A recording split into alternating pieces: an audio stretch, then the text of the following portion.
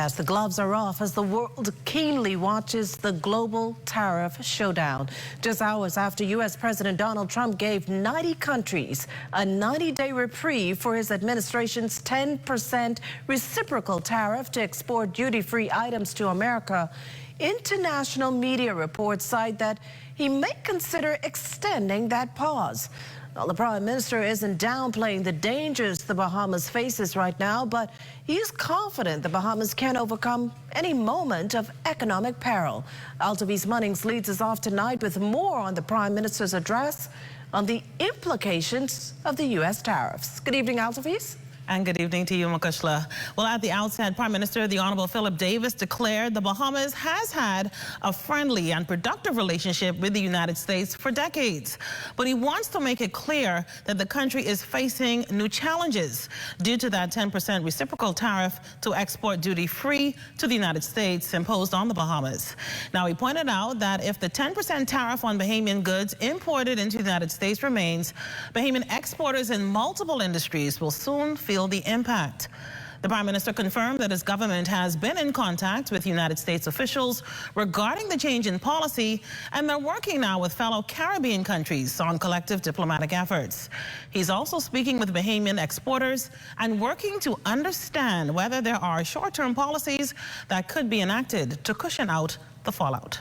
My government has taken trade diversification seriously from the start, which means that for the first time, our country has in place an agency dedicated to expanding trading opportunities and a national trade policy. Significant efforts to create new trade relationships were already underway, and those efforts will now be intensified. The new tariffs are likely to cause new inflationary pressures, which would mean higher prices for Bahamian consumers.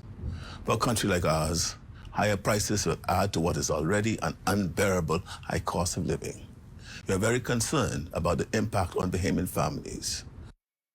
The minister admits tourism may take a hit from these tariffs. The government's relying on its new energy reform plan and that 5% value-added tax reduction of food store items to reduce the burden of high prices.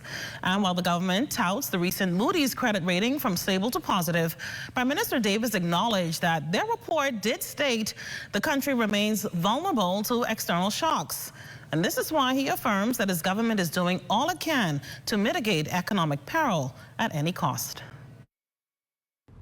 Today, we face new risks amid enormous uncertainty. The U.S. tariffs are the highest they have been in more than a century.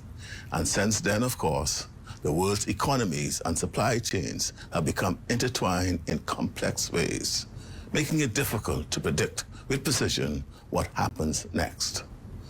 Brothers and sisters, we may be in uncharted territory, but we know how to survive storms. We have always found a way to create opportunities out of uncertainty, to forge clarity and purpose from chaos and confusion.